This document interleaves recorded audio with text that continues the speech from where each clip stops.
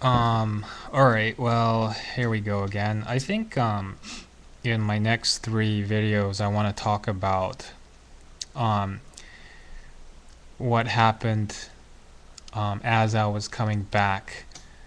Um I did go when I was dead, I did go through a tunnel, but um this tunnel was very, very much alive and aware and conscious. It was almost like every living thing in the universe that was ever created was what the tunnel was made up of. I know this sounds kind of strange, but I could visualize it, but it's very hard to explain. And as I was racing closer and closer to the solar sun, everything was melting, like everything that um, all the ego and um, all the thoughts, everything unpure was pretty much melting away. Um, that aside, coming back from the solar sun, being part of the loving force, um, was quite a daunting thing that happened. Um, when I speak, I think it's very hard to explain my near-death experience. It's very, very difficult. It's very difficult to explain.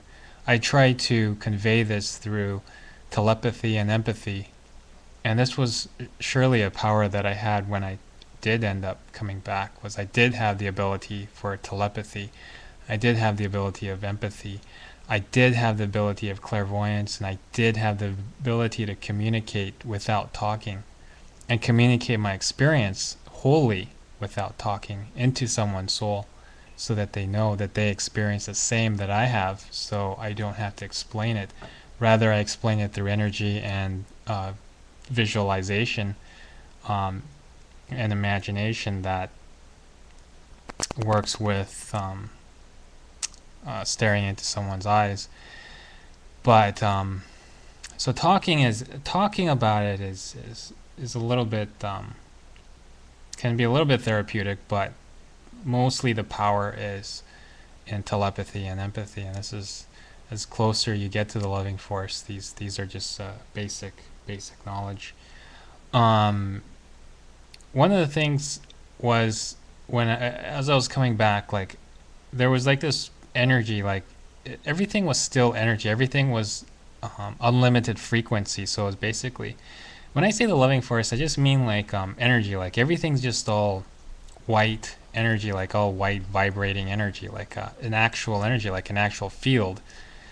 And I think the difficult thing was to turn this frequency, this energy, into something tangible or something that you can touch, something that doesn't, that's something that's very, very static and not as dynamic. And that was a difficult thing. Um, let's see here. Well, that was a long story. Another thing that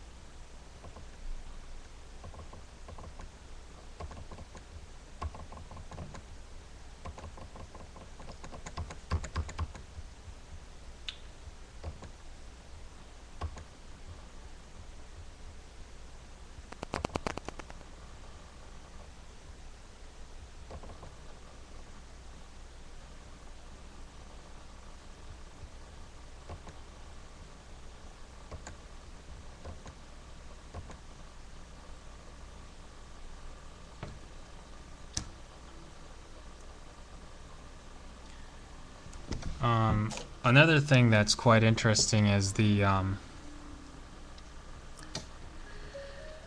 uh, what is that?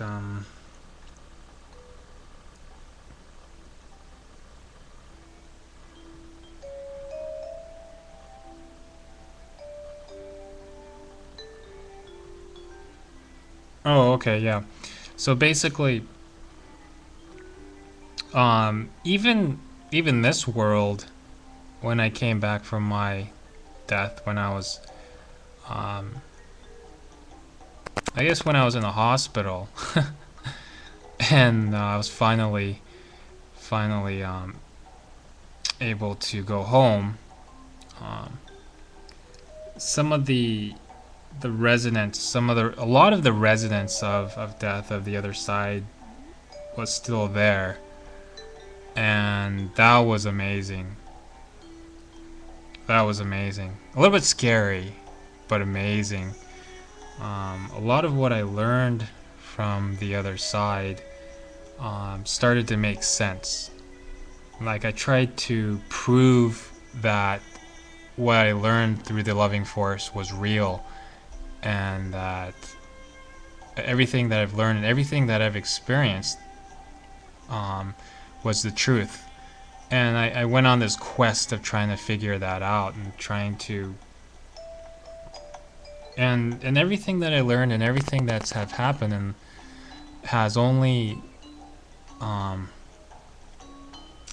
um, verified that. And there's definitely a fluid change in this world that we live in now, and it can be possible where the consciousness of the human race can shift all of a sudden and start accessing different frequency and seeing the world differently.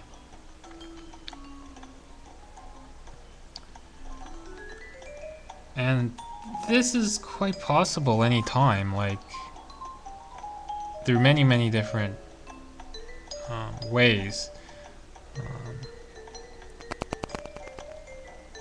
And I think I'm on my road back to sort of trying this out. So this is very important to help others see what and experience what I've learned in the best way possible.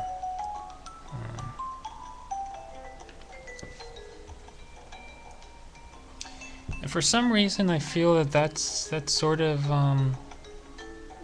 my goal, and I feel that this can work very well for me.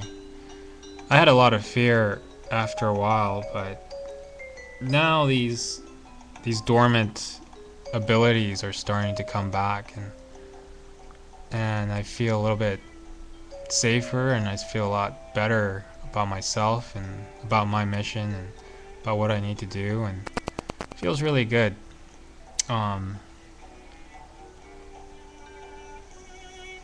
There were some very strange